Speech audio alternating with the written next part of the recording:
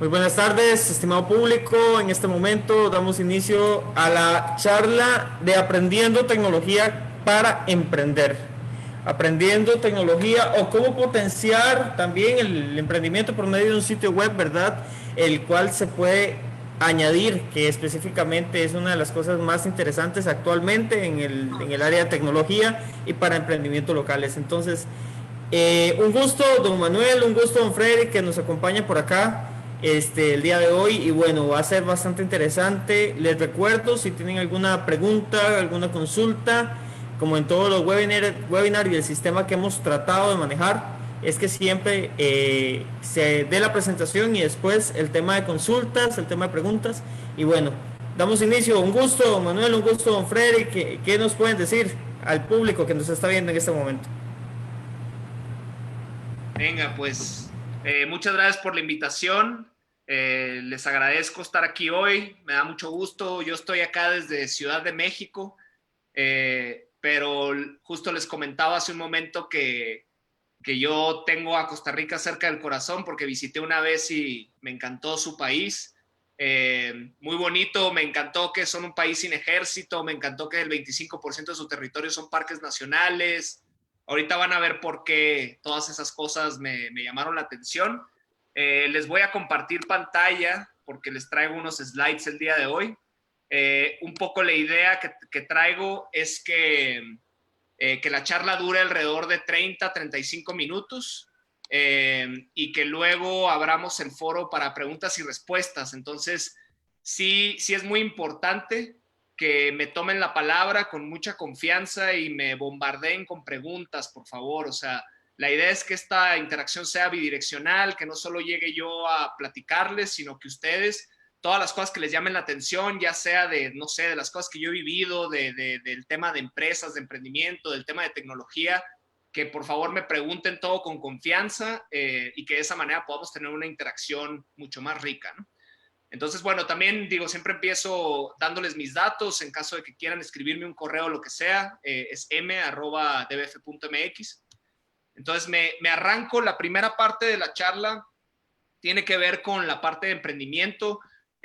A mí, pues mi experiencia profesional hasta ahora ha sido que me ha tocado fundar dos empresas. Digo, también trabajé un tiempo en otras empresas, pero yo tomé el camino pues de convertirme en emprendedor desde el 2014.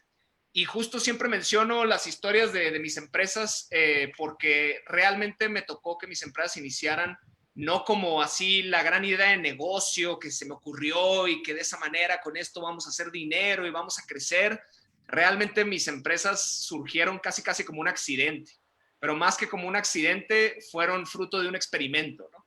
Que esta parte de experimentación es algo que les quiero dejar porque nunca debemos de subestimar el alcance que puede tener un experimento, por más modesto y loco que parezca.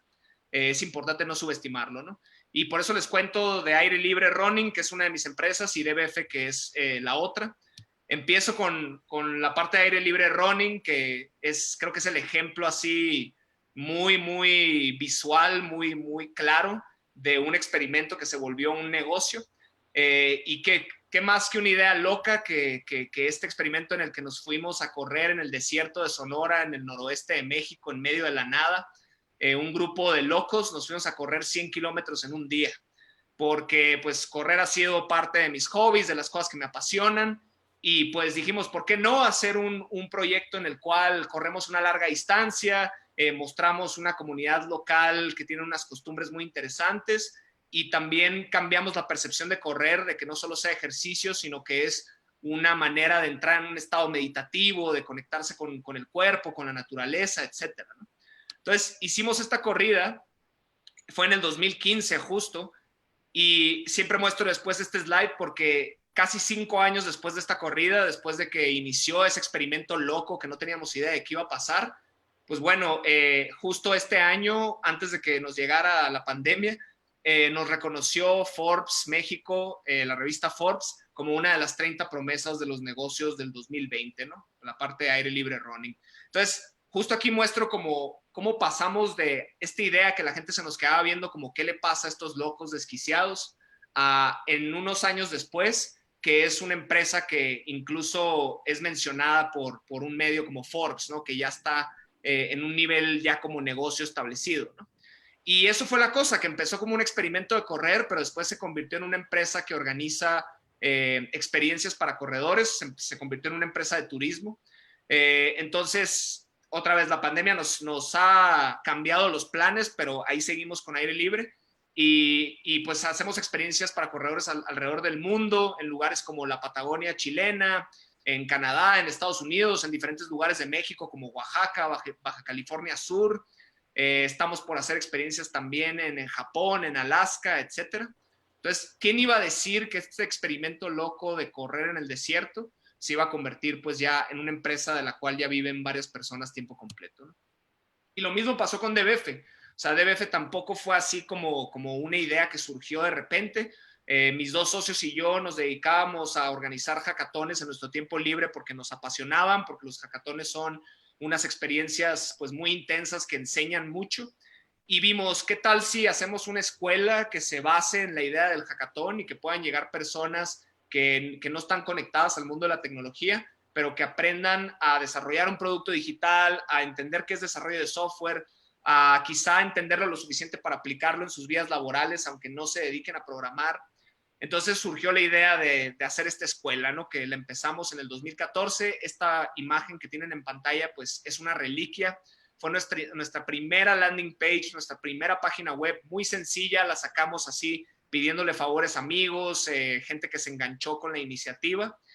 Y era esto, era una descripción sencilla y con un solo botón de acción que era aplica hoy a esta escuela donde vas a aprender habilidades de tecnología y de desarrollo de software.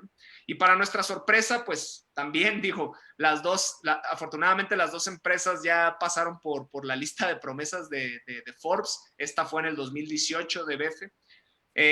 Pero justo reaccionó mucha gente, ¿no? Vimos que era un problema mucho más grande de lo que parecía y este experimento que hicimos por curiosidad de a ver qué pasaba, también después acabó siendo un mercado bastante grande, porque hoy en día, pues, muchísimas empresas necesitan personas con habilidades digitales.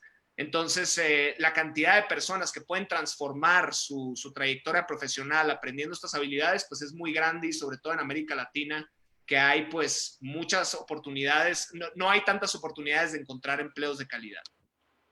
Y bueno, y en donde estamos hoy con DBF, que justo este slide está un poco ya desactualizado, pero ya estamos, de hecho dice 3.500 estudiantes, pero más bien ya estamos en 4.000 estudiantes. Fuimos la primera escuela de código en México y ya logramos convertirnos en la más grande de América Latina por volumen de estudiantes. Ganamos estos premios recientes, ahí el de Forbes ya se los platiqué. Está uno muy importante que es con el BitLab, que es el laboratorio de innovación del Banco Interamericano de Desarrollo, que nos reconoció hace poco en una convocatoria en la que participaron 60 escuelas como la nuestra a lo largo de la región. Nos reconoció a nosotros como la mejor escuela de tecnología. Y también el año pasado estuvimos en la aceleradora de negocios de Google, que se llama Launchpad Accelerator, con otras 9 empresas de toda América Latina, ¿no? Entonces, ¿quién iba a pensar que esta escuela que la sacamos basándonos en el hackathon, de vamos a ver qué pasa, estaría divertido, como un proyecto extra lo que estábamos haciendo, pues se convirtió ya en esto, ¿no? En que estamos por toda América Latina. De hecho, tenemos una escuela en Costa Rica, en San José. Estamos en 30 ubicaciones en 10 países, desde Chile y Argentina hasta el norte de México. Hemos trabajado con todas estas empresas que pues van desde empresas tradicionales tipo Bimbo, que es de alimentos, Liverpool, que es de retail físico, hasta empresas muy innovadoras como Google, Facebook, Uber, y también pues con todas estos startups como Rappi, como Corner Shop, que son estos casos de éxito de pequeñas empresas de tecnología que han crecido a través de fondeo institucional. Y estas empresas tanto nos han contratado como también le han ofrecido empleo a nuestros estudiantes que salen de los cursos de DBF. Entonces, bueno, eso es un poco la trayectoria de DBF. Les contaba un poco más contándoles sobre mí. Les comenté cómo me gusta mucho correr. Realmente es un hobby que me ha dado mucha estabilidad y me ha ayudado a no volverme loco en este camino intenso laboral. También me gusta mucho la escalada. No lo dudo que en Costa Rica tengan ahí unas buenas paredes y lugares para escalar y correr. Entonces, a ver cuándo tengo oportunidad de irlos a conocer. Y también todo esto lo hago porque soy fan de la montaña, me encanta ir a explorar montañas grandes, me gusta mucho el montañismo y el alpinismo. Esto es una foto de una expedición en Ecuador hace poco. A ver si algún día puedo lograr llegar a las montañas del Himalaya, estamos en eso. Y bueno, ya un poco después de presentarme les cuento un poco más sobre mi historia, además de las empresas, qué pasó cuando yo estaba en la edad universitaria. Como pueden ver, esta foto es de hace una cabellera. Ahorita ya no hay tanto cabello por allá arriba como en esta foto. Entonces, esta foto es de cuando yo tenía como 23 años, ahora tengo 32, entonces fue hace casi una década. Pero bueno, tuve la oportunidad de irme un verano antes de graduarme a tomar un curso en Silicon Valley, ¿no? Era un curso que lo hacía una empresa ahí de San Francisco en conjunto con la Universidad de Stanford. Entonces tuve la oportunidad de ir a este curso que para mí era para revalidar materias de la universidad, todavía no me graduaba, pero ahí conocí a este grupo de personas, ¿no? Como el curso era muy internacional, me tocó ahí juntarme con un grupo de coreanos que ellos estaban llevando su empresa a Estados Unidos, habían levantado un fondeo de más de $1 millón. Fue muy interesante porque fue mi primera experiencia en un startup, pues una empresa muy pequeña de 16 personas, literal eran 15 coreanos, un chino y el mexicano que tienen en pantalla. Entonces fue realmente como meterme un clavado así muy profundo en la cultura asiática, que tienen pues formas muy distintas de trabajar y que sobre todo yo sabía que iba a estar muy cerca de los fundadores y que de esa manera iba a poder aprender pues mucho de lo que se requiere en cuanto a skills para poder luego lanzar una empresa en el futuro yo, ¿no? Entonces, resultó que con ellos me fui a vivir a San Francisco, entonces viví ahí en la meca de Silicon Valley, lo cual me permitió aprender muchísimo. También viví en Corea del Sur, que pues es un país muy, muy interesante. Pasó de ser de niveles socioeconómicos tipo Haití a ser una de las economías más fuertes del mundo en tan solo 30, 40 años. Entonces es un caso muy interesante para analizar y definitivamente tiene una cultura de trabajo pues bastante diferente a la nuestra, entonces fue un buen complemento. Digo la nuestra como latinoamericana. Y bueno, y lo más importante mencionar aquí es que mi perfil, mi carrera profesional, yo no estudié programación, no estudié ingeniería en software, estudié una carrera de negocios. Entonces, como que a veces pensamos de manera colectiva, existe este mito de que la tecnología es solo para ingenieros, es solo para programadores, pero no realmente, porque la tecnología hoy en día permite resolver problemas de todo tipo, ¿no? O sea, si tú eres abogado o abogada, puedes resolver un tema que tenga que ver con los abogados, con lo que ustedes hacen en el día a día, usando código, usando nuevas tecnologías, usando software, usando inteligencia artificial, etcétera. Entonces ya es un tema que nos involucra a todos y a todas, ya no solo es un tema que es exclusivamente para las partes de ingeniería, ¿no? Entonces yo me di cuenta de esto y también me di cuenta que en Silicon Valley obviamente las empresas estas que estaban creciendo y desarrollándose lo hacían a partir de la tecnología porque es un factor que permite lanzar experimentos a muy bajo costo, permite ser muy eficiente, permite escalar rápidamente, que ahorita les voy a dar ejemplos de ese escalamiento acelerado. Y entonces decidí que yo me tenía que meter en este mundo. Y un poco complementando esto que les mencioné de la tecnología, entra esta parte de contexto de la cuarta revolución industrial, que seguramente es un concepto que ustedes ya han escuchado en repetidas ocasiones, no es nuevo. De hecho, ya la cuarta revolución industrial ya empezó hace unos años. Pero bueno, la razón por la cual por si algunos de ustedes no lo habían escuchado, es la cuarta revolución industrial porque la primera ha habido varias, ¿no? Y la primera fue al final de los 1700, que fue la primera revolución industrial cuando vino la máquina de vapor a reemplazar el trabajo manual y el trabajo, digamos, impulsado por animales de carga y esto.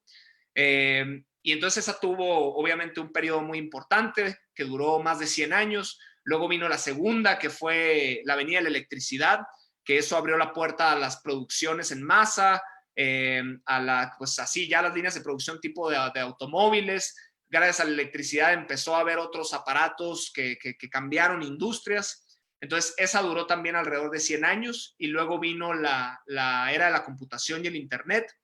Entonces esta vino alrededor de los 1960, que obviamente eso también volteó de cabeza a muchas industrias. Lo que tienen en común las revoluciones industriales es que cambian la manera en la que se hacen las empresas de forma radical, ¿no? Y por último, montándose en la tercera, llega la cuarta, que es esta confluencia, esta combinación de nuevas tecnologías. Una de ellas, por ejemplo, la biotecnología, que ya son todos los sensores que tenemos en nuestro cuerpo. Ya hay todos estos relojes inteligentes que miden nuestro pulso, que miden diferentes, digamos, señales fisiológicas de nuestro cuerpo. Eso combinado con la nanotecnología, que ya hay sensores así pequeñísimos, un poder de cómputo ya muy elevado, que tiene la capacidad de analizar datos de una forma que no lo habíamos visto antes. También muchos aparatos que tradicionalmente no estaban conectados a Internet, que ahora sí están conectados a Internet. O sea, ya hasta hay lavadoras y refrigeradores que están conectados a Internet y están generando información constantemente. Los automóviles ya traen computadoras, ya generan datos. Y pues obviamente la inteligencia artificial, que es la capacidad de analizar todos estos datos, volúmenes estratosféricos de datos, y poder utilizar toda esa información para cambiar muy rápidamente los negocios como los conocemos y los productos que utilizamos en el día a día. Entonces, es importante mencionar la cuarta revolución industrial. Me brinco estas dos que son más slides de lo mismo, porque es un tiempo de cambio, ¿no? Es un tiempo de cambios muy importantes, muy acelerados, muy vertiginosos, y eso trae consigo una gran oportunidad para las personas que se metan en estos temas, que los entiendan, las personas que nos podamos adaptar a esta nueva realidad. Que ya ni se diga luego cuando vino la pandemia, fue todavía más acelerado el cambio de estilo de vida en el día a día. Pero también puede ser una amenaza, ¿no? Para las personas que no logren adaptarse, las personas que quizá no tuvieron la oportunidad de ir a la universidad o viven quizá en una zona rural donde no tuvieron exposición a mucha información. Pues esto sí puede ser una amenaza porque se automatizan los empleos, se desplaza la fuerza laboral, etcétera. Entonces, obviamente, ahí es preguntarnos en qué lado de la ola queremos estar en ese sentido, ¿no? Y bueno, haciendo una pausa aquí después de lo de la cuarta revolución industrial, entro un poco más de lleno a la parte del software y por qué hoy en día es importante meternos al software, aunque no sea lo que hayamos estudiado o aunque no sea nuestro background profesional. El software se está comiendo al mundo, como lo vemos en el título de este artículo, que se los recomiendo mucho. Es un artículo que no es nuevo, se escribió en el 2011, hace casi una década.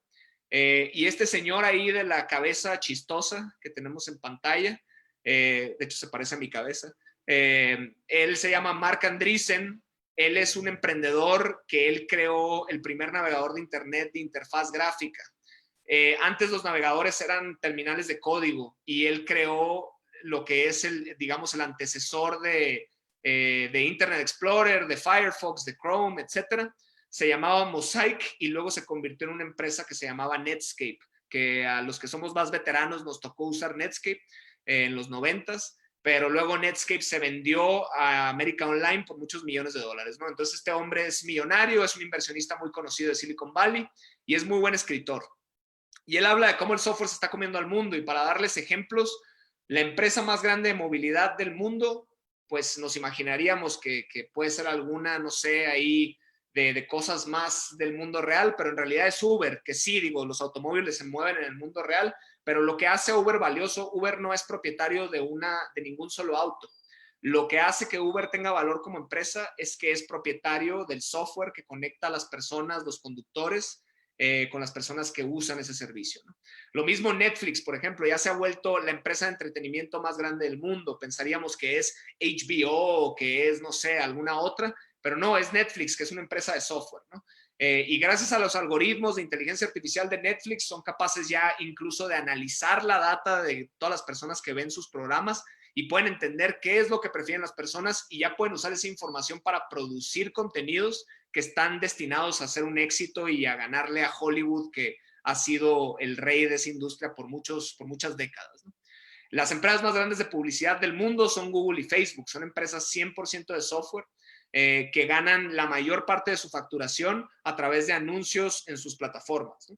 Y así me puedo seguir dando ejemplos, ¿no? Antes de que pegara la pandemia, la cadena de hospitalidad más grande del mundo, sin tener un solo cuarto de hotel, es Airbnb, ¿no?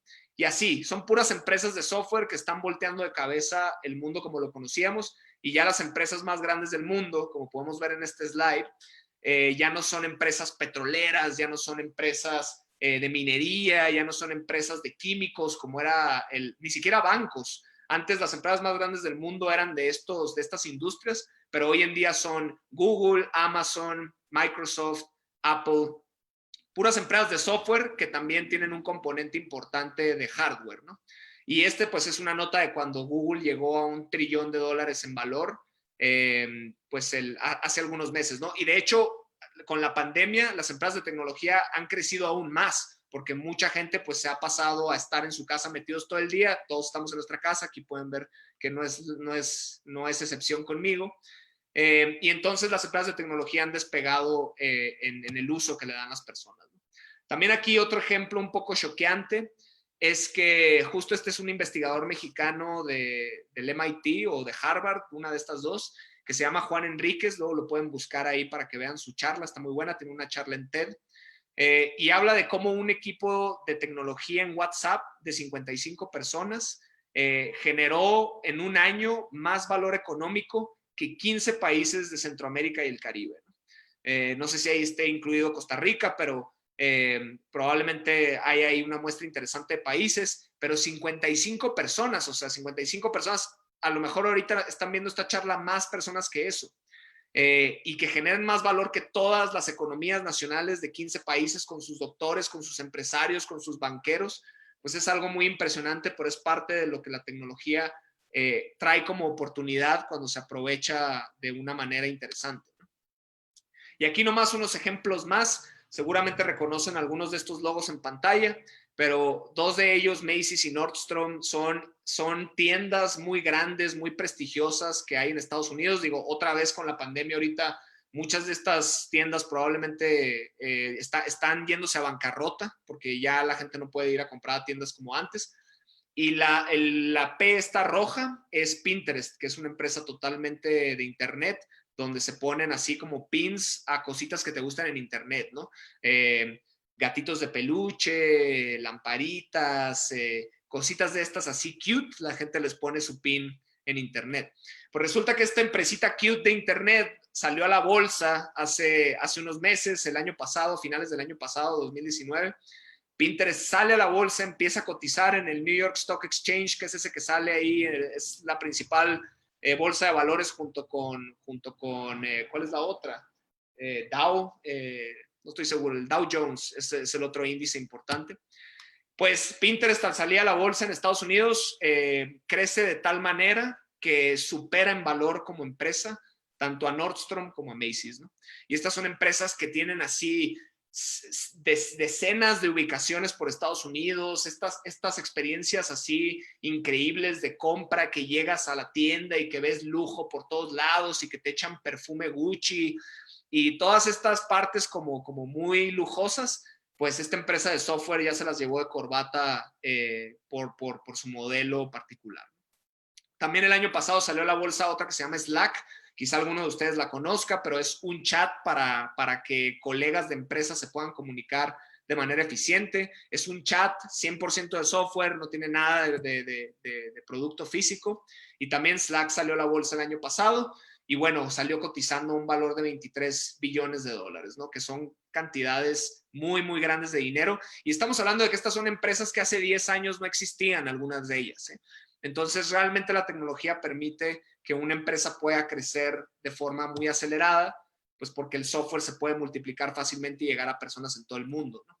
También Zoom, que justo es la plataforma que estamos usando en este momento, que por cierto se duplicó en valor en la pandemia, obviamente por todo el aumento en el uso de herramientas de videoconferencia. De hecho, hace poco creo que no puse la imagen, pero me mandaron una imagen en la cual sale un diagrama del valor de mercado de Zoom y al lado sale el valor de mercado de las 5 aerolíneas más grandes del mundo, y Zoom ya tiene más valor como empresa que las 5 aerolíneas más grandes del mundo combinadas, con todos sus aviones, con todas sus actividades aeroportuarias, con sus servicios de carga, con su volumen de pasajeros.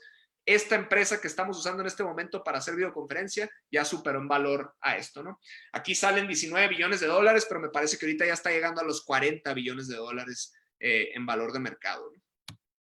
Entonces, bueno, no es sorpresa que con todo esto que está pasando, la cuarta revolución industrial, cómo las empresas de software se están comiendo al mundo, pues obviamente los empleos en tecnología son los mejores pagados, ¿no? Aquí vemos que según información de Forbes, pues los 6 mejores empleos en México que mejor pagados están, son empleos en tecnología.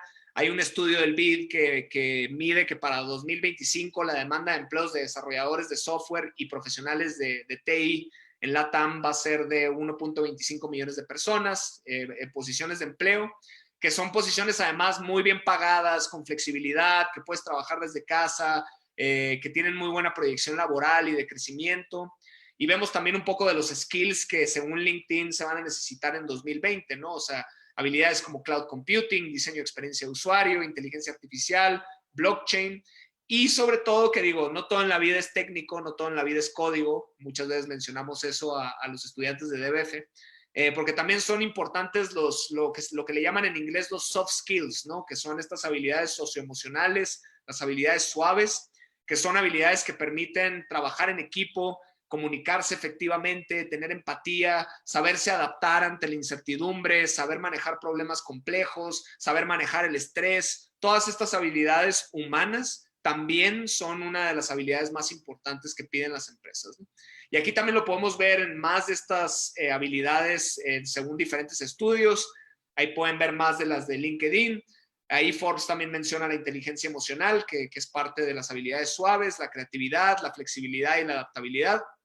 Y en todos también mencionan, obviamente, habilidades tecnológicas, ¿no? Entonces, para que vean que no es nomás que nosotros somos profetas de esto, sino que es algo que ya se está hablando en diferentes medios y en diferentes organizaciones importantes del mundo, ¿no? Y también va a venir la parte de ciencia de datos, que va de la mano con la inteligencia artificial.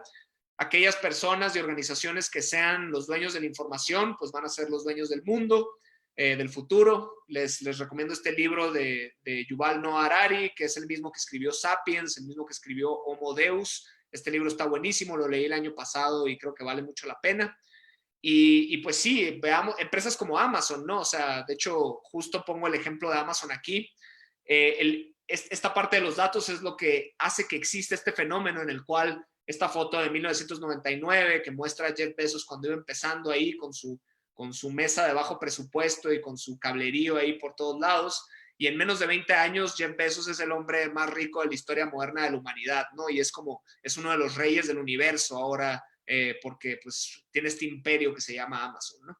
¿Y por qué es posible esto? Pues porque Amazon es una máquina de recopilación de datos de todos sus usuarios, de cómo compran, de sus comportamientos, y luego utilizas toda esa data con algoritmos de inteligencia artificial para poder tener modelos predictivos, para poder hacerte recomendaciones que yo siempre digo, ni siquiera mi mamá me podría hacer recomendaciones tan acertadas como las de Amazon, y eso que mi mamá me tuvo en su vientre.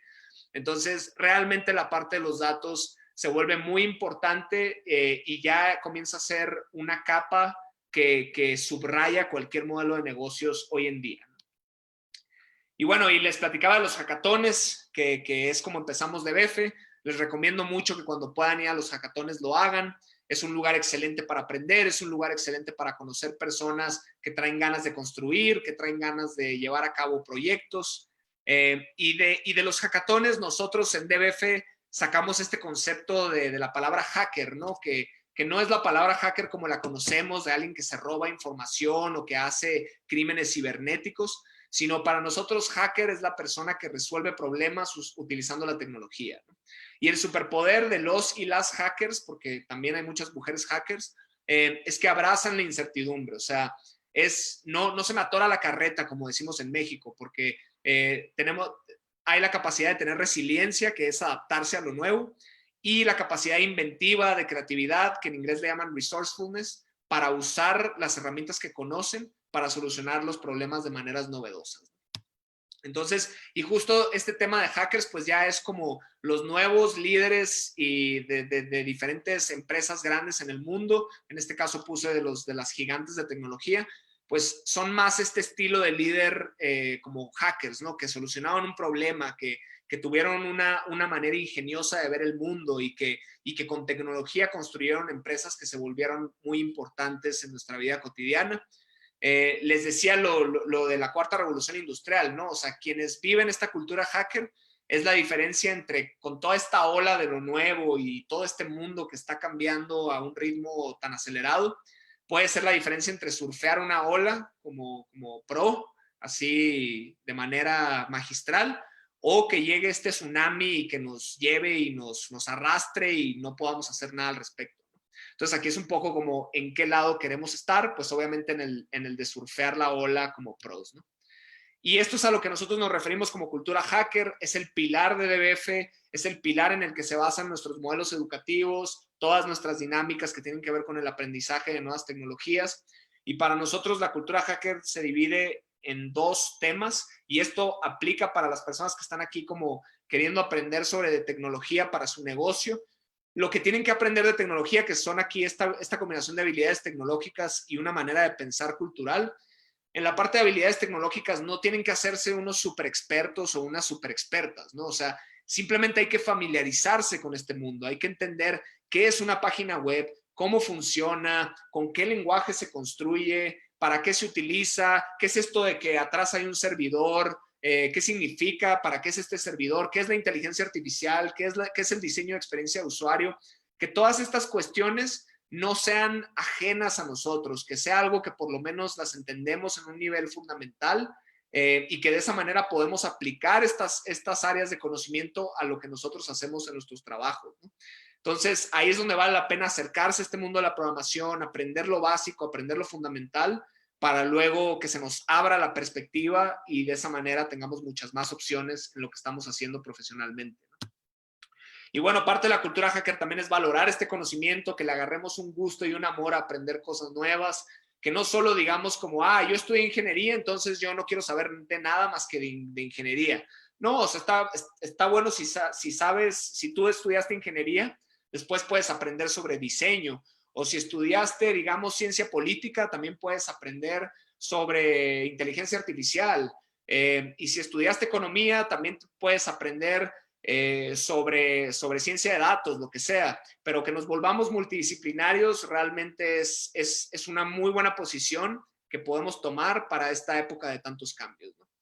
Toda esta parte de aprender haciendo, que es un poco como cuando aprendemos a jugar fútbol, si es que quienes están mirando juegan fútbol o el deporte que les guste, pero pues no solo podemos leer un libro de cómo meter gol, o o en mi caso, si leo un libro sobre cómo subir una montaña, eso no basta, tengo que ir y subir la montaña, tengo que ir a intentarlo, tengo que ir y patear balones, y no solo patear un balón, tengo que patear 10,000 balones, ¿no? Entonces, no tener miedo a aprender las cosas haciéndolas, a sumergirnos en estas nuevas disciplinas, que al principio sí nos vamos a sentir un poco torpes, pero eso va a ser temporal y posteriormente le vamos a agarrar la onda, como decimos en México. Y bueno, obviamente esta parte de comunidad es muy importante, compartir el conocimiento con otros. Hoy en día ya hay muchos eventos, muchos meetups, muchos como círculos de estudio donde se junta la gente por placer, por amor al arte, pero a platicar de nuevos temas, de nuevas cosas. Vale mucho la pena involucrarse en estos grupos, y además cuando ustedes comparten lo que saben con alguien más, es una manera de consolidar también ese conocimiento en su propia mente, ¿no? Este es muy importante, el placer por resolver problemas, porque vivimos en una región que está plagada de problemas, o sea, tanto en Costa Rica como en México, como en cualquier país de América Latina. Hay problemas de pobreza, hay problemas de desigualdad económica, hay problemas de inseguridad en México, de feminicidios, de deforestación, de contaminación. Hay muchos problemas importantes por resolver, que si nosotros aprendemos en nuestra mente a verlos como que son oportunidades que nos pueden dar trascendencia y propósito en lo que hacemos, se pueden convertir en oportunidades de crecimiento muy interesantes, ¿no? Y de esa manera ya no caemos como solamente en lamentarnos por tener tantos problemas a nuestro alrededor. Obviamente para esto va a haber que salir de la zona de confort, va a haber que conocer gente diferente, va a haber que meternos a temas nuevos, pero pues vale la pena porque hay mucho aprendizaje y mucho crecimiento esperándonos afuera de nuestra zona de confort. Siempre también pongo este slide porque es como lo más representativo de la cultura hacker. Como les digo, esta cultura hacker la pueden adoptar cualquiera de ustedes. Es una cultura que está accesible para cualquier persona que le interese resolver problemas a su alrededor y construir cosas de valor. Esta historia es muy interesante. Hay una película de estos chavos, pero básicamente son unos chavos que eran hijos de migrantes indocumentados en Estados Unidos, en Arizona. Es un lugar no tan amigable con migrantes indocumentados en Estados Unidos. Iban a una preparatoria así en medio de la nada, no tenían recursos, como que no tenían acceso a muchas cosas, pero les apasionaba la robótica, ¿no? y se inscribieron a una competencia de robótica submarina. Y bueno, este robot que se ve en la pantalla lo construyeron así a partir de donaciones, pidiéndole dinero a la abuelita, sacando partes de la basura, yendo con chatarreros, con quien podían básicamente, y con toda esta dedicación armaron ese robot que se ve en la imagen. Y en la final de la competencia le ganaron a un equipo del MIT, ¿no? Que el MIT es esta universidad súper prestigiosa en Boston, que es una de las más reconocidas del mundo en tecnología, pero ganaron los chavos que aplicaron la cultura hacker, ¿no? Entonces, realmente esta parte de hacer las cosas, de buscarle con pasión y con creatividad, realmente puede producir unos frutos muy interesantes, ¿no? Y no dejo de enfatizar la parte de comunidad. Un lugar excelente para hacer comunidad son los hackatones. En DBF la parte de comunidad obviamente está en el ADN central de la escuela. Buscamos que la gente no solo aprenda, sino que se conecten, que hagan cosas en conjunto, que sumen para crear cosas de valor en el mundo, ¿no? Que por cierto, digo, aquí está la gente muy pegadita antes del COVID, pero ahora estamos haciendo lo mismo de manera remota y en línea, ¿no? Y bueno, ya como conclusiones para ir cerrando y para pasar a la parte de preguntas y respuestas, los dejo con un resumen muy rápido de lo que les platiqué hoy. Les mencionaba que es muy importante la experimentación. Cuando tengan curiosidad de algo, cuando sientan que algo podría ser una idea interesante de llevar a cabo, no la dejen guardada en el cajón, vayan y pruébenla, vayan y háganla. Realmente DBF empezó siendo una idea, realmente nunca nos imaginamos que iba a ser una empresa, nunca nos imaginamos que íbamos a vivir de eso, menos nos imaginábamos que íbamos a estar por toda América Latina, pero si no hubiéramos lanzado ese primer experimento por curiosidad, nada de esto hubiera pasado, ¿no? Entonces es importante que cuando tengan esa idea loca, aprovechando incluso que están en la universidad, vayan y la hagan, ¿no? DBF nosotros lo hicimos también porque luego van a pensar, necesita tener dinero y cosas así. Nosotros empezamos DBF con $100 entre 3 personas. Y siempre especifico, ni siquiera $100 cada quien, $100 entre 3, o sea, $33.33 cada persona. Y con eso empezamos el experimento que llevó a lo que hoy es DBF. Entonces, tampoco es un tema necesariamente de dinero. Les decía la segunda conclusión, que América Latina está llena de potencial porque hay problemas / oportunidades por doquier. Y les pongo ejemplos, ¿no? O sea, en México un chavo de 18 años creó un sostén que detecta el cáncer de mama, porque él tuvo una problemática que a una persona de su familia le dio cáncer de mama, entonces él dijo, esto no puede ser, hay que identificarlo de manera más temprana, vamos a ver cómo le hacemos, y creó este dispositivo que se ha convertido también en un negocio exitoso, ¿no? Un chavo de 18 años en México.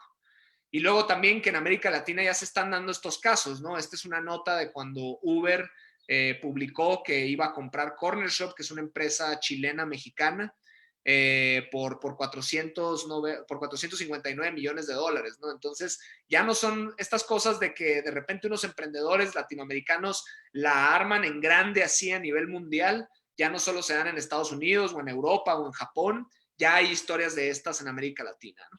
Lo mismo Rappi, o sea, a Rappi en su última ronda, SoftBank les invirtió $1 billón, que son 1,000 millones de dólares.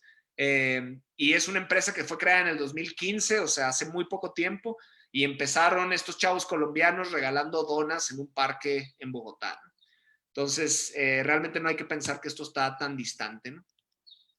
Y la tercera conclusión era que se lleven esta nueva definición de la palabra hacker, que igual y hasta se comiencen a ver en el espejo y pensar que ustedes probablemente tienen un espíritu hacker, que es la persona que sabe qué hacer cuando no sabe qué hacer. Esta es la definición que nosotros le pusimos así de manera un poco chusca, pero les decía, o sea, estamos en la época de la incertidumbre, en la época de los cambios acelerados, y esto es una portada de la revista The Economist, que es una revista muy importante de negocios a nivel mundial, y justo habla de cómo en esta época lo más importante es constantemente estar aprendiendo. Entonces, no se conformen con que solo estudiaron su carrera universitaria, su maestría, no se detengan, sigan aprendiendo. Tenemos la gran ventaja de que tenemos el internet donde podemos aprender básicamente lo que sea. Están opciones como DBF donde pueden tener una metodología más estructurada para aprender tecnología aunque no estén en ese mundo. Hay muchas opciones hoy en día que se pueden aprovechar para ser personas que siempre estén aprendiendo algo nuevo. Y la última y la más importante es la parte de comunidad que les decía. Hay que encontrar a otros locos y locas que nos acompañen en el camino, ¿no?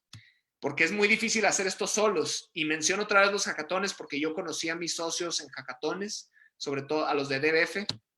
Estos son mis socios de DBF, Elías y Quique, y los conocí en los hackatones. Son comunidades muy vibrantes. Vale la pena acercarse a estos círculos de gente intensa que está haciendo cosas los fines de semana para mejorar su mundo de alguna manera. Es un gran lugar para conocer potenciales socios o colegas o lo que sea. Y bueno, ni se diga mis socios de aire libre, Mau y Dan, que pues cuando les propuse la idea de correr 100 kilómetros en un desierto remoto, dijeron que sí. Yo creo que ahí ya se veía potencial de que se animaron a una idea tan loca, ¿no? Y ya nomás para cerrar, creo que nuestra generación, aunque yo sea en promedio 10 años mayor que muchos de ustedes que nos están viendo, de todas maneras hablo de nuestra generación como la misma, porque hay muchos valores compartidos, pero creo que no solo queremos tener un empleo para pagar las cuentas, ¿no? A nuestra generación nos interesa poder hacer algo que le deje algo a nuestra comunidad, que mejore el mundo, que pueda aliviar el dolor de personas que hay en nuestra región, en América Latina, donde hay tanta pobreza, donde hay tanta desigualdad, que podamos hacer algo que potencialmente pues haga que personas puedan mejorar su calidad de vida y tener acceso a más oportunidades y que a eso le podamos llamar nuestro trabajo del día a día. Entonces, esta foto la tomé yo, siempre la comparto. En México sí hay glaciares y nieve, poquita, pero ya se están derritiendo. Y bueno, muchas gracias. Les vuelvo a dejar ahí mis datos de mi correo. También digo, para finalizar antes de las preguntas, para quienes les interese entrarle a DBF, ahorita estamos haciendo cursos remotos en línea, son en vivo, entonces se puede tener interacción directa con los instructores, con una comunidad de otros estudiantes a lo largo de América Latina. Y pues sobre todo que ahorita tenemos becas del 60%, aprovechando que, digo, una parte es nuestro interés aportar algo a esta situación de pandemia, entonces haciendo el precio mucho más accesible, pero también pues para que sea más fácil para más personas acercarse al mundo de la tecnología a través de DBF. Entonces, en caso de que les interese, yo le voy a hacer llegar la información a Frederick para que pues se las pueda hacer llegar a ustedes en caso de que quieran entrarle a alguno de nuestros cursos, ¿no? Pero bueno, si quieren ya dejo de compartir pantalla y pasamos a las preguntas y respuestas, si les parece bien. Sigo con la sorpresiva noticia de que Jonathan Orozco, el hombre que fue señalado hace... ¿Alguien tiene por ahí el micrófono deshabilitado? Gracias. Muchachos, bueno, qué interesante, don Manuel, qué interesante este tema es bastante importante, el tema de resiliencia es un poco, yo considero que es necesario en estos tiempos, ¿verdad? ¿Cómo es que las empresas tienen que actualizarse? ¿Cómo es que las empresas tienen que dinamizarse en el tema de las tecnologías, ¿verdad? Y cómo es que hay que ser disruptivos en este tema de tecnologías, es un tema bastante importante, bastante trascendental para lograr entender y posicionar en los negocios actuales, ¿verdad? Entonces, tanto en Costa Rica, bueno, yo ahora en la mañana estuve leyendo una lectura sobre el liderazgo y hablaba acerca de eso, ¿verdad? Que tanto en Costa Rica como en otras empresas, o sea, la ventaja comparativa que tiene que tener Costa Rica es en el tema de servicios también, es en el tema incluso de innovación, en el tema de ciencias de datos, ahora lo mencionaste un poco la carrera de ciencias de datos, que es un tema bastante interesante que se está gestionando acá también, algunas universidades lo están gestionando, pero bueno, abrimos el espacio para preguntas, para aquel que tienes, Don Frederick tiene que decir algo por acá. Estamos acá a la orden. Tenemos acá en este momento 54 personas conectadas.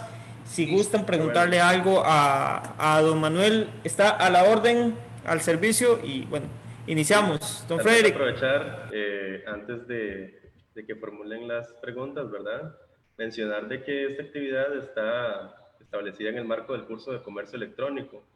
El curso de comercio electrónico se imparte en la Universidad Nacional Sede Regional Chorotega y en este se abordan los principales aspectos que deben ser considerados para realizar comercio electrónico.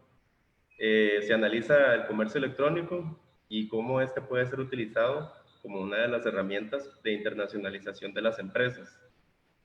He preparado dos conclusiones principales de lo que Manuel muy amablemente nos ha expuesto y lo que ha quedado muy claro, ¿verdad? Entonces, como primer conclusión sería de que el impulso de las tecnologías de la información y las comunicaciones, conocidas como TICs, conllevan de manera intrínseca una serie de impactos sobre el desarrollo. Dentro de las áreas más beneficiadas con estas nuevas herramientas de comunicación son el comercio y los negocios. Esa es como la primera conclusión, ¿verdad?, de lo que he podido sacar a partir de esta charla. Como segunda conclusión principal, vendría a ser el mercado virtual permite a los países en desarrollo y a las empresas, sin importar su tamaño, competir en igualdad de oportunidades y alcanzar ventajas competitivas que no existen en el mundo físico o en el comercio tradicional como se conoce. Esto con un significativo impacto sobre la reducción de sus costos. Entonces, bueno, voy a aprovechar a partir de estas dos conclusiones y tal vez elaborar una pregunta antes de, digamos, como para romper el hielo, ¿verdad? Usted, don Manuel, que ha estado en diferentes contextos, Silicon Valley, México, Corea del Sur, ¿usted cómo visualiza el papel del gobierno y las políticas públicas, ¿verdad? Viéndolo más, digamos, enfocado a la parte universitaria, ¿verdad? ¿Cómo es que la universidad juega un rol importante dentro del desarrollo de las tecnologías, ¿verdad?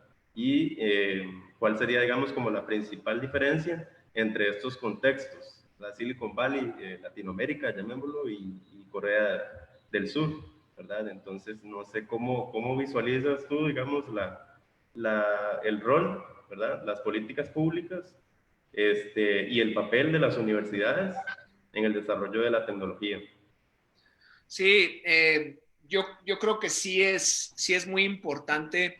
O sea, hay ciertas tendencias que se están dando en el mundo y evidentemente yo algo que aprendí viviendo en San Francisco es que todo es exposición. O sea, yo no conocía estas cosas, yo no me imaginaba a mí mismo participando en este mundo, pero fui a un lugar en el que todo el mundo habla de eso. Entonces yo fui como expuesto a eso de tal manera que me di cuenta que gente parecida a mí lo estaba haciendo, entonces ¿por qué no podía hacerlo yo?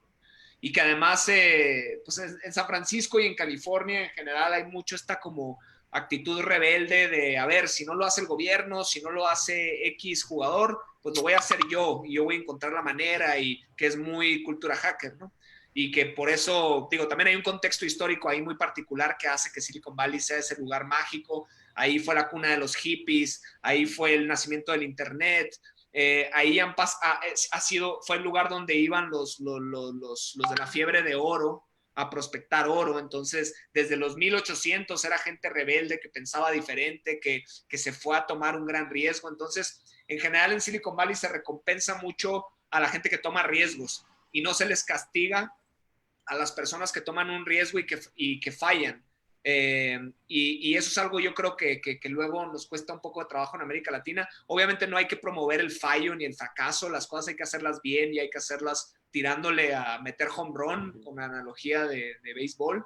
Pero evidentemente cuando estamos aprendiendo y cuando estamos haciendo algo muy nuevo, algo diferente, pues es probable que las cosas no salgan como esperamos, ¿no? Entonces ahí es donde entra la resiliencia, ahí es donde entra la capacidad de adaptarse. Entonces yo creo que el rol en la parte del gobierno, por ejemplo, es de qué manera ellos podrían suavizar este camino, esta curva que tienen las personas que van a emprender o que van a tratar de innovar con un nuevo concepto de negocio, con una nueva tecnología. De qué manera les quito obstáculos del camino, ¿no? De qué manera les doy acceso a contenidos accesibles, gratuitos, que puedan ayudar a las personas a obtener una base quizá de conocimiento, de habilidades, de qué manera, no sé, ponerles plataformas que puedan servir como un trampolín para que personas puedan brincar desde ahí, dar su primer salto y de esa manera empezar a adquirir las habilidades, porque obviamente es un proceso, ¿no? Y digo, yo ya les hablo, les cuento todas esas historias casi pues 5 años, 6 años después de haber comenzado en este camino, ¿no? Que de hecho empezó desde antes, cuando me fui a San Francisco. Pero es un proceso, pues, y obviamente al principio no hay tanta claridad como la empieza a ver ya unos años después. Entonces, es tener mucha paciencia, mucha capacidad de adaptación de la manera que las universidades y el gobierno puedan propiciar eso. Creo que esa es la forma en la que pueden aportar a la causa.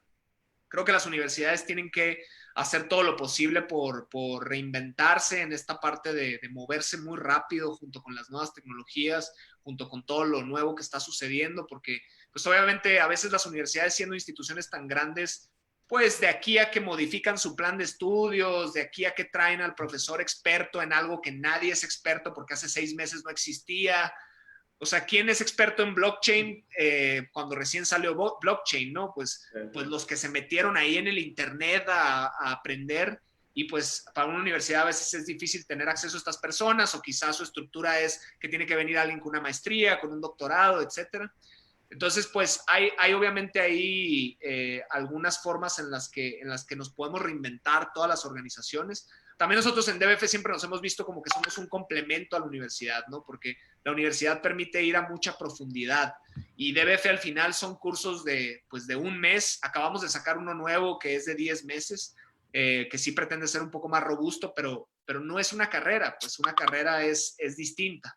Y siempre las personas que tengan oportunidad de cursar una carrera universitaria deberían de hacerlo, porque es una oportunidad que mucha gente no tiene en la región y es para valorarse. Pero obviamente busquen complementarla, pues tampoco con solo ir a la universidad se van a resolver sus problemas. Pero bueno, eso es para no alargarme mucho en el tema, eso es un poco de manera acotada como lo veo. Muy bien, excelente, excelente. Bueno, en este momento no han habido ninguna pregunta. De ahí, tal vez el público está ahí un poco callado, un poco callado, pero incitamos al público a preguntarle a don Manuel, o si quiere algún comentario que pueda tenerlo en este preciso momento.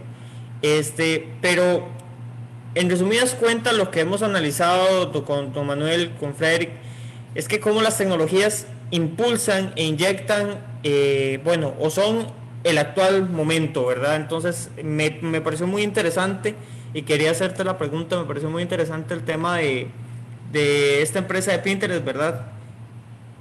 Cotizando en bolsa, ¿verdad? De un solo. Entonces, una de las mayores cosas que yo veo necesaria o disruptiva, ¿verdad? Para que una tecnología o una aplicación pueda surgir, es la manera de cómo llegar al público, ¿verdad? Hay que saber cómo llegar al público, hay que saber cómo posicionar la empresa, hay que saber cómo posicionar en el mercado, porque no solamente es tener una idea de negocio, ¿verdad? Que sea pues disruptiva o de cambio, sino que presente un valor agregado, ¿verdad? Que presente ese valor agregado, que presente esa diferencia específicamente, y que pueda solventar las necesidades del consumidor, ¿verdad? Eso es lo que ya se ha hablado en los libros de administración, en los libros de Chavenato, en los libros de un montón de gente que ya conocen estos temas. Pero qué importante es el tema del valor agregado, y qué nos puedes decir al respecto en este aspecto del valor agregado o la diferencia de producto, porque eso es lo que yo considero que puede generar un poco más de dinamismo en la economía. Totalmente, ahí estoy totalmente de acuerdo con todo lo que dices. Se me vienen a la mente como 2 ideas. La primera es que sí es un muy buen norte inicial el buscar resolverle un problema a la gente a nuestro alrededor, ¿no? Y de hecho hay una aceleradora de negocios muy prestigiosa, que probablemente es la mejor del mundo, que de ahí salió Airbnb, de ahí salió Dropbox, de ahí salió Twitch.tv, que lo compró Amazon por $1 billón, que se llama Y Combinator, que le dicen en California y en San Francisco todo el mundo la menciona, ¿no? Porque es una aceleradora a la cual es muy difícil entrar. O sea, es mucho más fácil entrar a Harvard que entrar a Y Combinator, ¿no? Y le dicen cariñosamente YC. Por si los quieren googlear, ellos tienen contenidos impresionantes por escrito, en videos, tienen una serie de contenidos que a mí en lo personal me enseñaron demasiadas cosas, sobre todo cuando estaba en mi aprendizaje inicial.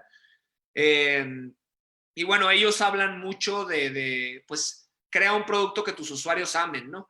Y muchas veces tus usuarios van a amar un producto que les resuelve un problema. Y lo mejor también dicen es cuando, bueno, o es una muy buena situación cuando tú tienes el problema, porque de esa manera te conviertes en el usuario y en la persona que construye la solución en una misma persona o en un mismo equipo. Entonces, ahí es donde hay que desarrollar este ojo crítico que les mencioné en la presentación, de hay que comenzar a ver a nuestro alrededor, a identificar problemas. Y sobre todo, si es un problema que nos apasione, es aún mejor, porque es ese tema de que nos apasione la causa, al final acaba siendo un motor mucho más poderoso que el dinero. Porque, pues, si el motor es el dinero, en el momento en el que el proyecto o la empresa no genere gran cosa al principio, que así son las empresas, en el caso de DBF se tardó en empezar a generar dinero, lo mismo con Aire Libre Running. Entonces, lo que te mantiene perseverando es que la causa realmente te importa, ¿no? Pero lo que sí es que hay que hacer todo este proceso muy disciplinado y muy de salir allá con los usuarios a demostrar que este problema o necesidad que creemos que tienen realmente es una realidad y que no es algo que nosotros nos inventamos o que fue un producto de nuestra imaginación, ¿no? Entonces, eso es lo primero que digo, que un muy buen primer paso es identificar problemas y de ahí se puede partir como para tener estas ideas de negocios y diferenciadores. Y hablando de la parte más del diferenciador, ahí es también donde sirve mucho entender de nuevas tecnologías. Y ojo, no es solamente, no tienes que dominar, como dije en la presentación, no tienes que dominar las nuevas tecnologías, no tienes que tener maestría, no tienes que tener PhD en estas nuevas tecnologías. Simplemente que entiendas qué existe allá afuera, porque eso te va a abrir la cabeza. Porque de repente es, a ver, a mí, digamos, me llama la atención resolver el tema de acceso a educación en México. Y si de pronto yo veo que con la inteligencia artificial puedo generar cursos que le lleguen a la persona de una manera más efectiva o más eficiente o lo que sea, pues eso ya me abre una puerta de diferenciación, como mencionas tú, ¿no? Entonces, por eso vale la pena entender de nuevas tecnologías, entender qué es lo nuevo, entender qué posibilidades abre el blockchain, entender qué posibilidades abre la inteligencia artificial, entender qué posibilidades abren las campañas de marketing digital. Todo eso, la tecnología es una herramienta a fin de cuentas, tampoco hay que obsesionarse con la tecnología como si fuera un fin en sí, pero sí hay que entender qué arsenal de herramientas hay a nuestra disposición para que la manera en la que abordemos la solución del problema sea novedosa, sea más eficiente, sea más barata, sea más escalable, y ahí es donde viene la parte fuerte de diferenciado.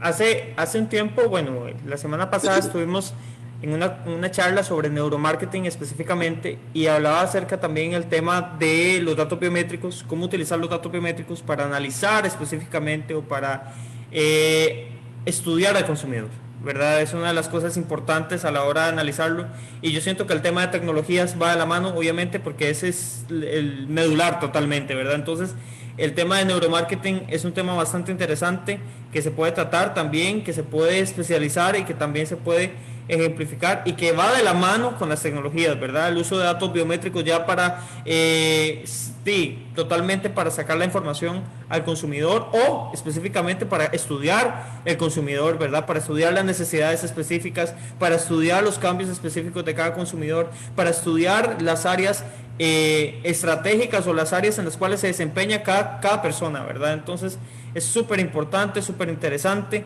y bueno, don Frederick, no sé si tienes algo que decir por acá. Sí, claro, me indican que en el chat hay varias preguntas. Voy a leer una que me enviaron aquí por medio de WhatsApp.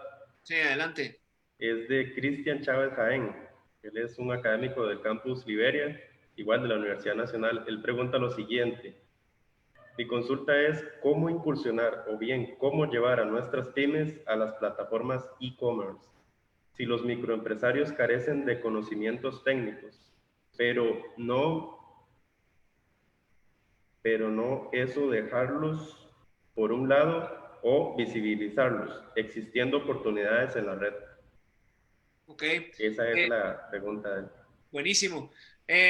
Primero aclaro que yo como tal no soy un experto en e-commerce, o sea, entiendo de qué va. En DBF tenemos un curso de tanto uno de marketing para e-commerce como otro para establecer las tiendas en línea.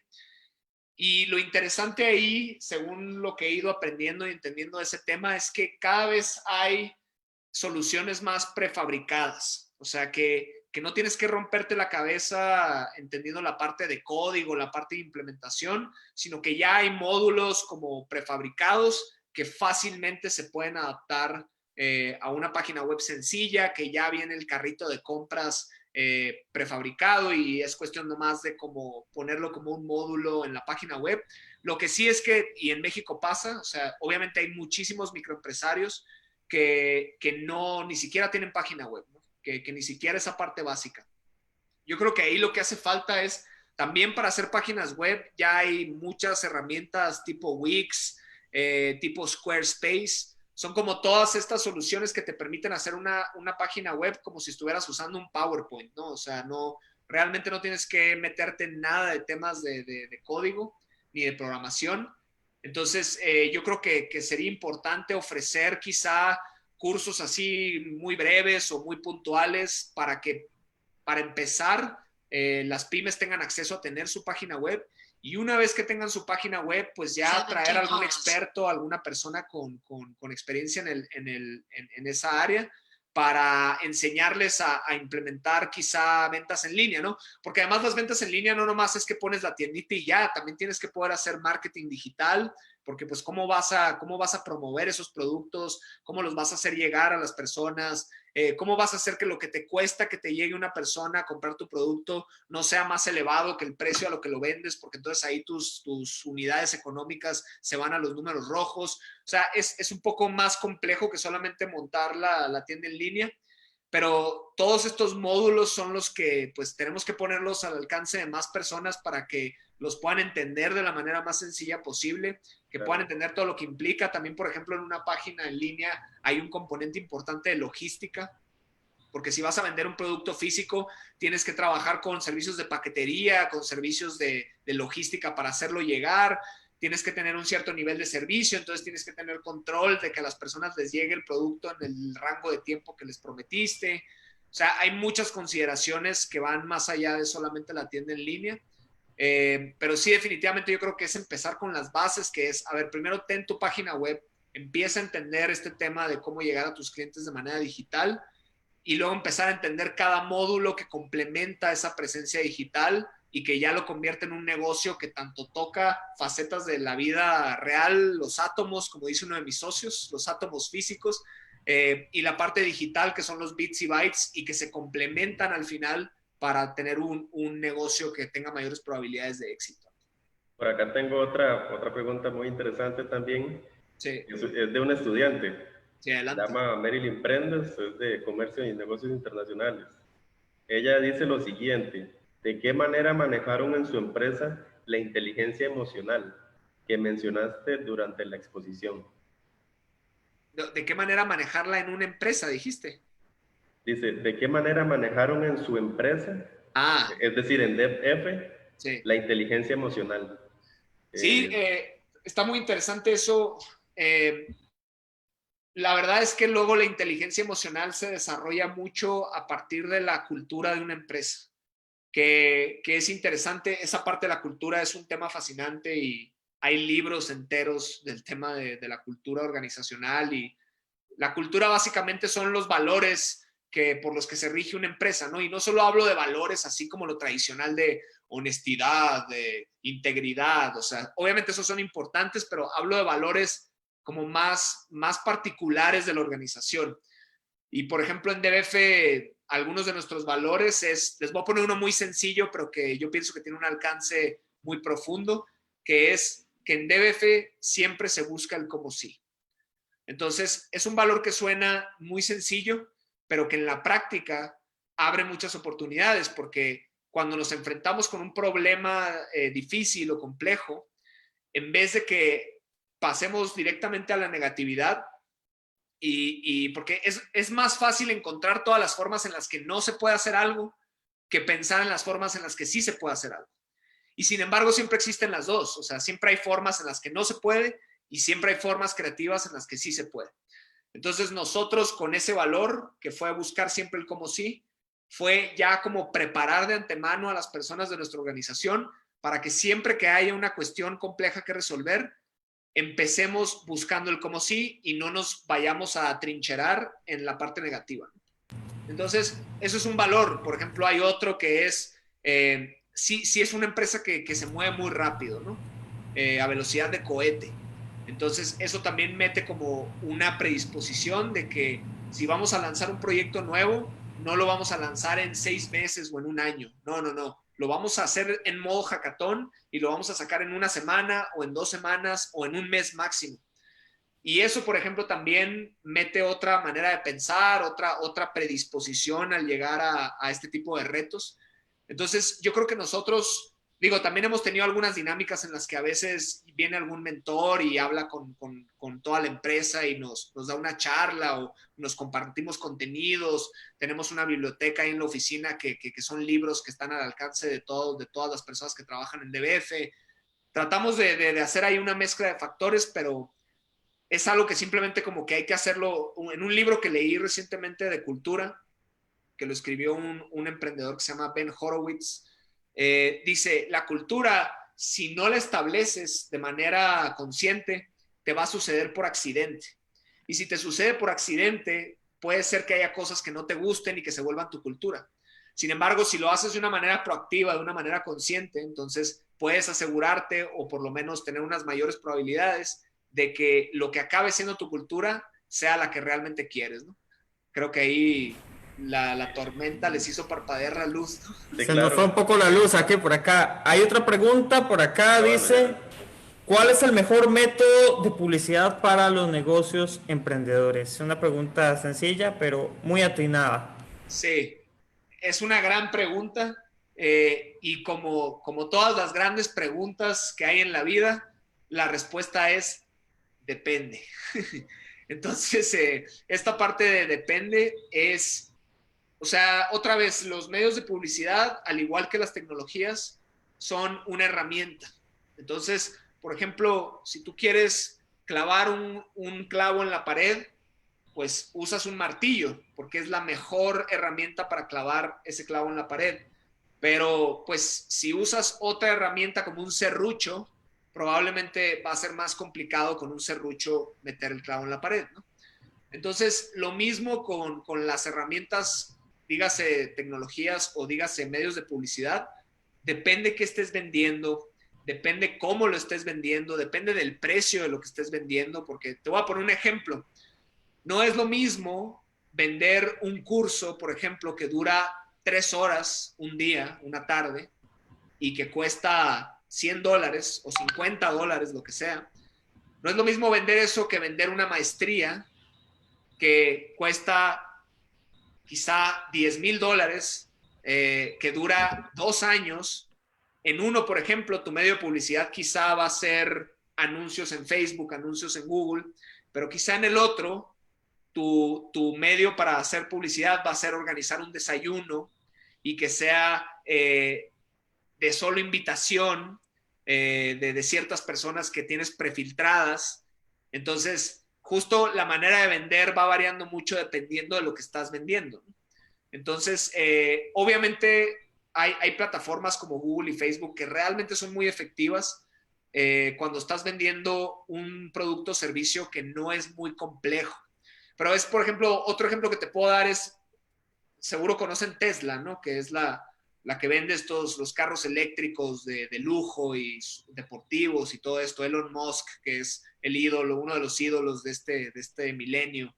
Y bueno, Tesla, obviamente, pues no te llega un anuncio en Facebook y decides comprar un Tesla con tu tarjeta de crédito, ¿no? O sea, es toda una experiencia, tienen lugares donde físicamente vas y te subes al Tesla. Digo, otra vez, dejemos la pandemia del COVID de lado y pensemos en cómo era antes.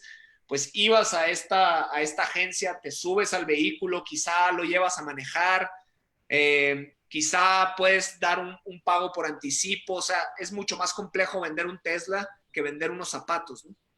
Entonces depende mucho de qué vayas a vender, depende mucho de qué tanto tienes que educar a tu cliente en cómo funciona tu producto, en los beneficios que le da. Otro ejemplo es, por ejemplo, vender un CRM como HubSpot, que tiene tantas, o como Salesforce. Ellos tienen asesores que te dan clases de cómo usar su producto antes de que lo compres, porque es tan complejo que necesitas realmente eso, ¿no? En cambio, para bajar Twitter, pues es muy sencillo. Twitter solamente abres una cuenta y empiezas a publicar tweets, ¿no? Entonces, hay que primero hacer muchos análisis de qué estoy vendiendo, entender la lógica de lo que estoy vendiendo, entender la complejidad, entender el precio y ya con base en eso ir eligiendo cuál es el medio de publicidad más efectivo. Otra pregunta que tenemos por acá, muchísimas gracias. Dice, bueno, ¿cómo ve usted el futuro del comercio en general? ¿Considera que todo será de manera tecnológica, es decir, no más pymes o empresas grandes locales en físico? ¿O aún existirán estas? Mi pregunta va, por ejemplo, con la relación que tiene este tema con la generación 5G. Es un tema bastante interesante, el tema del Sí. 5G. O sea, me imagino que la pregunta va en relación también con lo que está pasando de la pandemia, ¿no? No lo sé, acá dice, me imagino que tal vez sí, pero bueno, Aarón Castillo Campos dice eso, pero me imagino que es en general.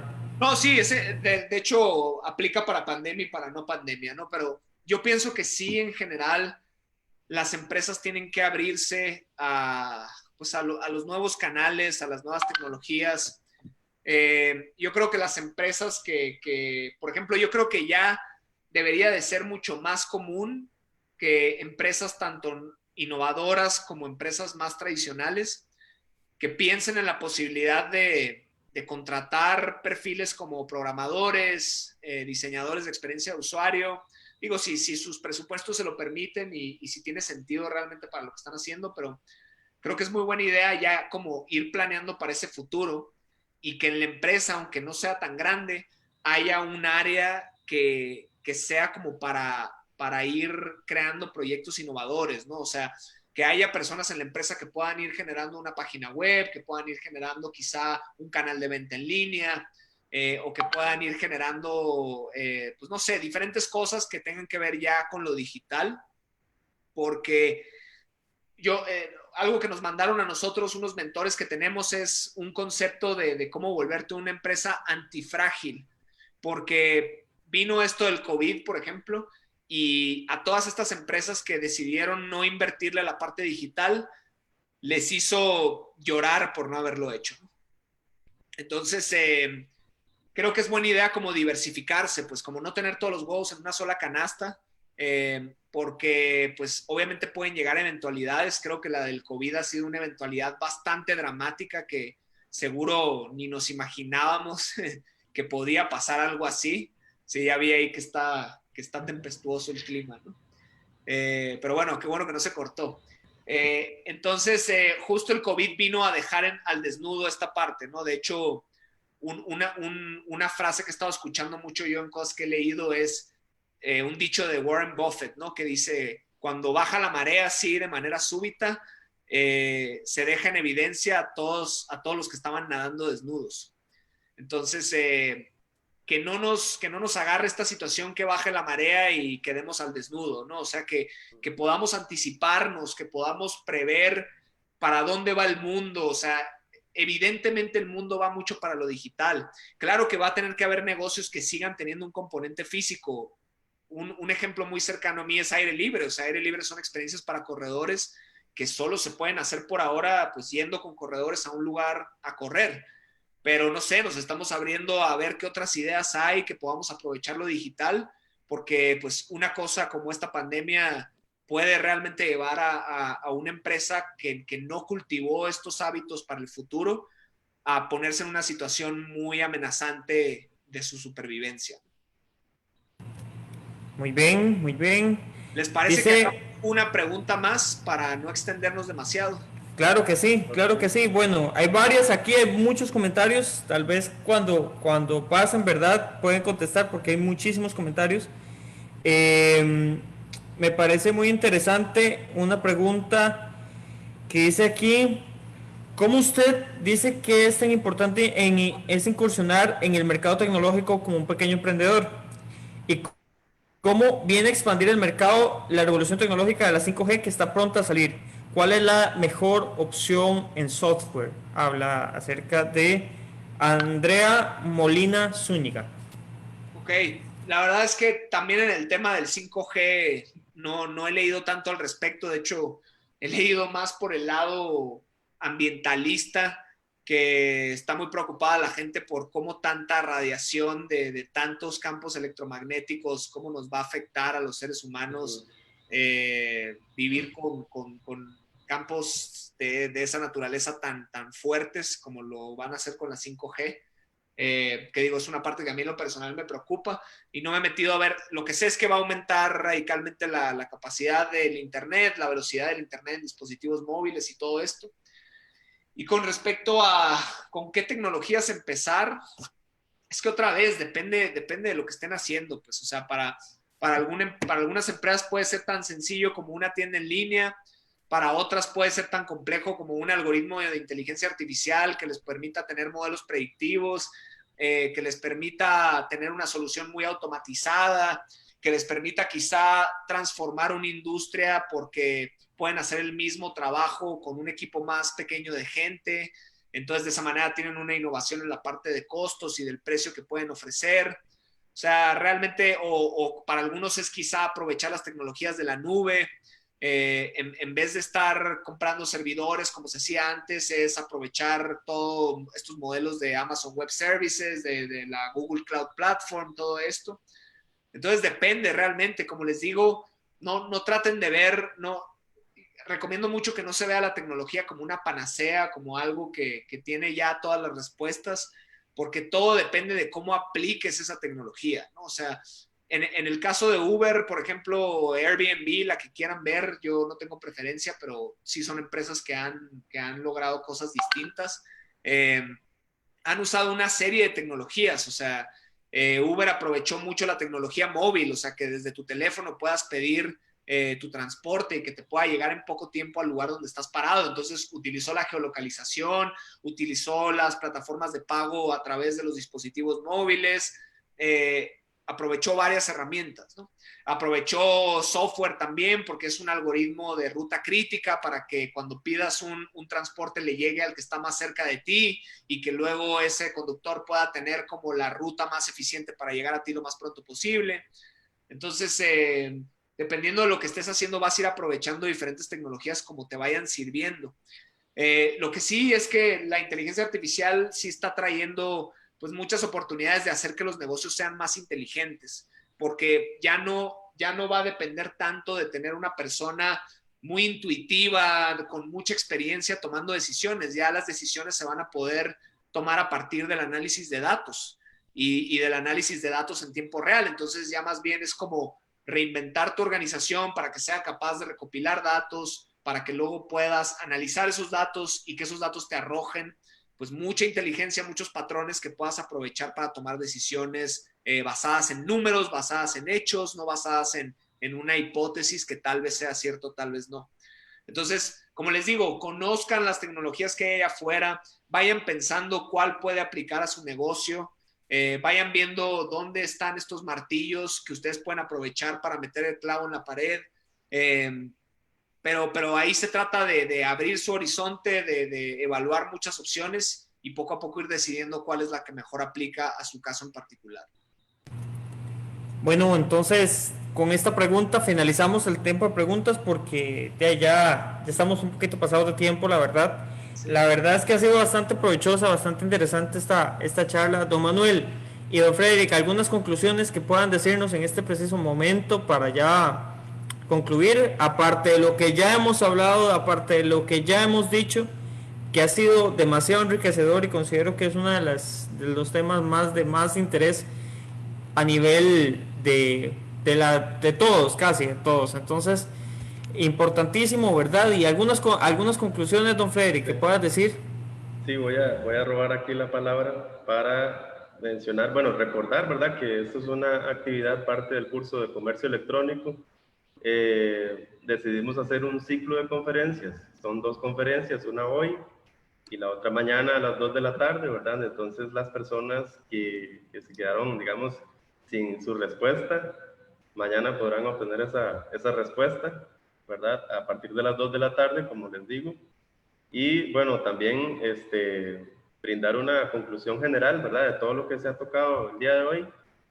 Mencionar lo siguiente: la tecnología como herramienta de aprendizaje, ya sea en la escuela o en medio del cotidiano, y en nuestras vidas, van cada vez de la mano de la tecnología, bien sea a través de apps, ¿verdad? O aplicaciones redes sociales, las tablets, computadoras y teléfonos inteligentes tienden a ser un apoyo en las tareas que realizamos. Esto me recuerda los días anteriores que estuvimos tratando de coordinar con lo de la diferencia de la zona horaria, ¿verdad? Que fue todo una vorágine entre Manuel y yo.